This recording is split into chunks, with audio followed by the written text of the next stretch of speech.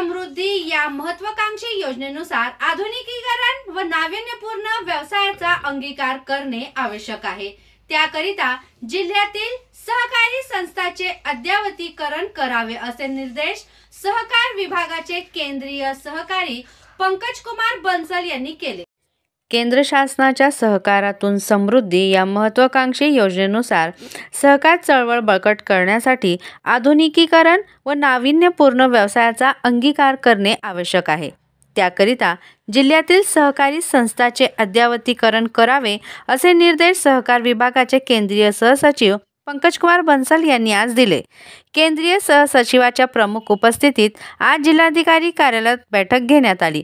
बैठकीत NCDCचे अधिकारी विनीत नारायण निवासी, उपजिल्हाधिकारी विनोद खिरोडकर, विभागीय सहनिबंधक शरद झरे, जिल्हा उपनिबंधक सहकारी संस्था डॉक्टर मुकेश बारहाते, अजय मोटे तसेच अन्य विविध विभागांचे अधिकारी उपस्थित होते। सहकार विभागांतर्गत येणाऱ्या केंद्रीय योजनांचा आढावा घेण्यात आला।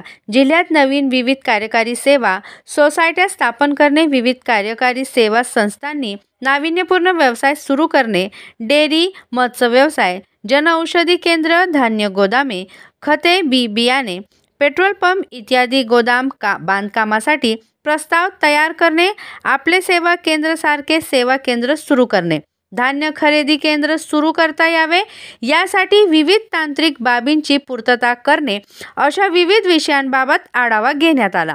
तसेच जिल्ह्यात सहकारी संस्थांमार्फत करता येण्यासारख्या मत्स्य व्यवसाय, दूध संकलन, डाळ प्रक्रिया व्यवसाय अशा विविध व्यवसायांच्या अनुषंगाने आढावा घेण्यात आला। तसेच सहकारी संस्थांचे संगणकीकरण करून त्यांचे अद्ययावतीकरण करण्यातही आढावा घेण्यात आला।